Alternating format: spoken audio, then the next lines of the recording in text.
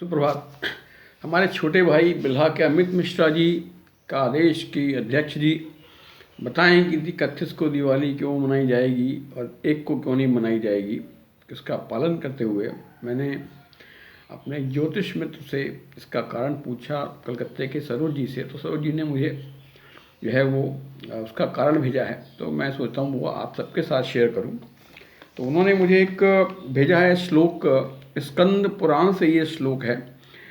उसके द्वितीय भाग के वैष्णव खंड में कार्तिक महात्म्य के 10वें अध्याय का 11वां श्लोक जो है, उसमें ब्रह्मा जी कहते हैं, मांगल्यंत दिने चेत सारित दित संशति बले प्रतिपद्यश्य द्विविधम भविष्यति।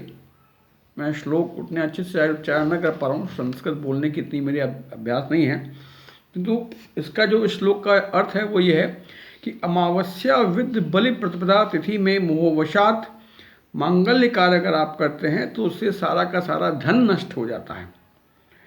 और उन्होंने एक और श्लोक जो है वो भेजा है। वो उन्होंने कहा है कि दीपोत्सव वेलाया प्रतिपदे दृश्यते यदि सा तिथि विर्बुधोस त्याज्या यथा नारी रजस्वला, की अर्थात अगर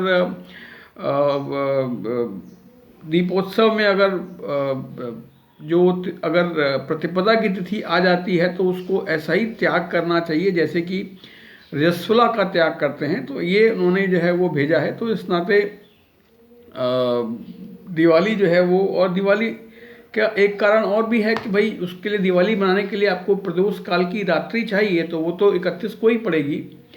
और किंतु जो परिवा है, जो परिवा को उत्सव होते हैं, गोवर्धन उत्सव है। गोवर्धन उत्सव चूँकि हमारे यहाँ जो है वो चीज़ें जो है उदया तिथि में चीज़ें त्यौहार मनाने का विधान है। तो जो गोवर्धन पूजा है जो अगले दिन होती है, या अन्नकूट जो होता है, वो 1 तारीख को ना के 2 तारीख को ही होगा, क्योंकि